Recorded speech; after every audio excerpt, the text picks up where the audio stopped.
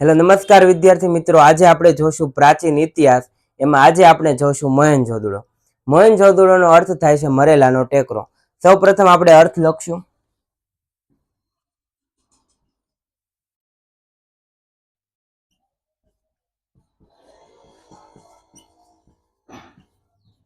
મોહેનજોદડોનો અર્થ થાય છે મરેલાનો ટેકરો. ત્યારબાદ એનું સ્થાન જોશું કે મોહેનજોદડો ક્યાં આવેલું છે.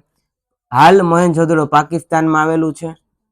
પાકિસ્તાન, સિંધ પ્રદેશ અને લારખાના જિલ્લો. લારખાના જિલ્લો. મોહેનજોદડો હાલ પાકિસ્તાનમાં આવેલો છે, સિંધ પ્રદેશ અને લારખાના જિલ્લો. જો આની નદીની વાત કરીએ તો સિંધુ નદી આવશે મોહેનજોદડોમાં. નદી સિંધુ નદી. નદી સિંધુ નદી આવશે. અને મોહેનજોદડો અને હડપ્પા બંને જોડવા રાજધાની તરીકે પણ ઓળખવામાં આવે છે. જોડવા રાજધાની. પેલું છે મોહેનજોદડો અને હડપ્પા. હડપ્પા બંને જોડવા રાજધાની તરીકે પણ ઓળખવામાં આવે છે. હવે આ નગર છે બે ભાગમાં વિભાજિત છે. ભાગ કરીએ તો બે ભાગમાં વિભાજિત છે આ નગર. અને આ નગરના મકાનો છે એ છે ને પેલા ઊંચા ઓટલા ઉપર મકાનો બનાવવામાં આવે છે, અથવા તો પીઠિકા ઉપર બનાવવામાં આવે છે. મકાન ઊંચા ઓટલા પર.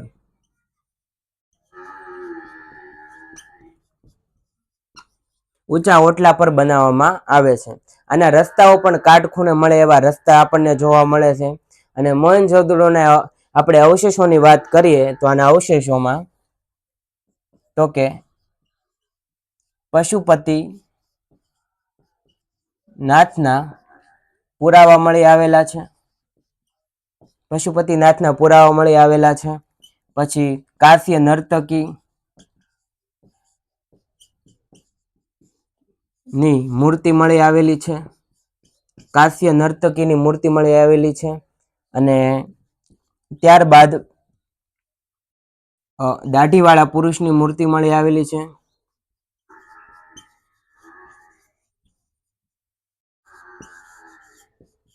દાઢીવાળા પુરુષની મૂર્તિ મળી આવેલી છે, જે શેલખડી પથ્થરમાંથી બનાવવામાં આવી છે.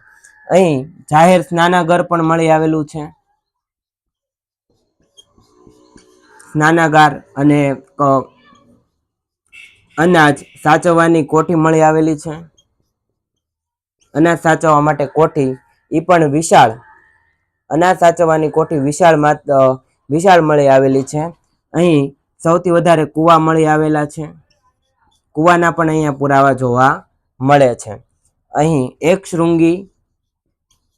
શૃંગી પશુ જોવા મળે છે. પશુની મુદ્રા અથવા તો મોહર મળી આવેલ છે. એક શૃંગી પશુની મોહર મળી આવેલ છે. અને શેલખડી પથ્થરમાંથી આપણને દાઢીવાળા પુરુષની પણ મૂર્તિ મળી આવેલ છે. આ છે આજે આપણે